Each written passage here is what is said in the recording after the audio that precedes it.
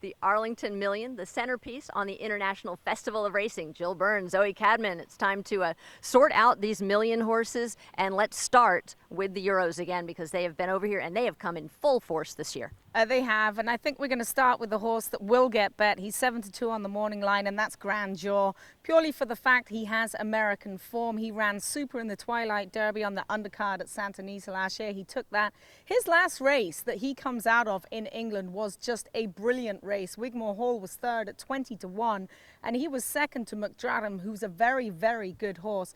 And watching him this year, I feel he may be even better this year than he was last year. Grandeur, one of the many of the Euros in here. I also was taking a long look at a couple others in here. You mentioned the Apache coming in for Mike DeCock. You know, he always brings horses over here that run well. Archpenko was second for him. Well, he's a sneaky, sneaky horse in here, and a lot of people might be betting on the Mike DeCock second out angle. His last race, if you go back and watch it, it was a sneaky good race, and the jockey really didn't ask him for anything more. He was coming off a layoff. The horse has proven off a layoff, having won off a year layoff before. But I'm very, very interested to see the Apache. One thing I didn't like about him this morning, he really didn't want to go off and train.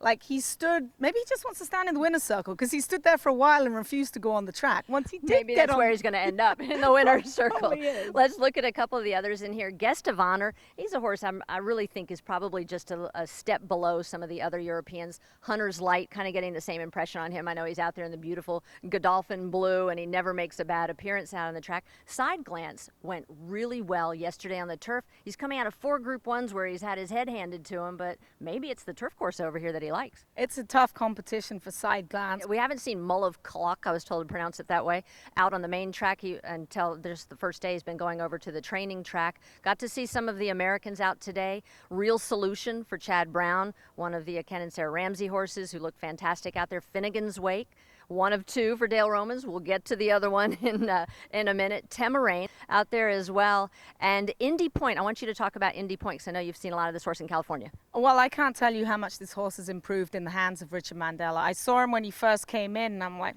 that's your Argentinian champion? Oh.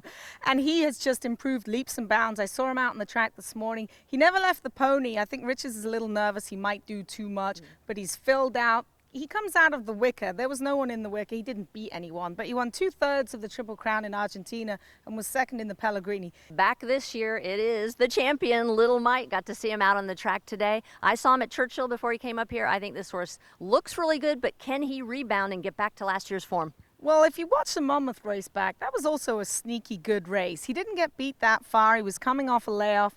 And he likes Arlington Park. He's proven over the course. I have not seen him since last year at the Breeders' Cup. I think he's got bigger and filled out a little bit. He looks a little scopier. He's not little Mike anymore. He's medium-sized Mike. Medium Mike. He could be compromised on the pace by Nate's Mineshaft, a little bit of horse that seems to like to run on the lead. But Little Mike is looking to make history, Zoe, trying to be the first horse to win back-to-back millions. Can it happen? It's hard not to root for him and all the family there with Carlo Vaccarezza and all the boys. It really is tough not to root for Little Mike.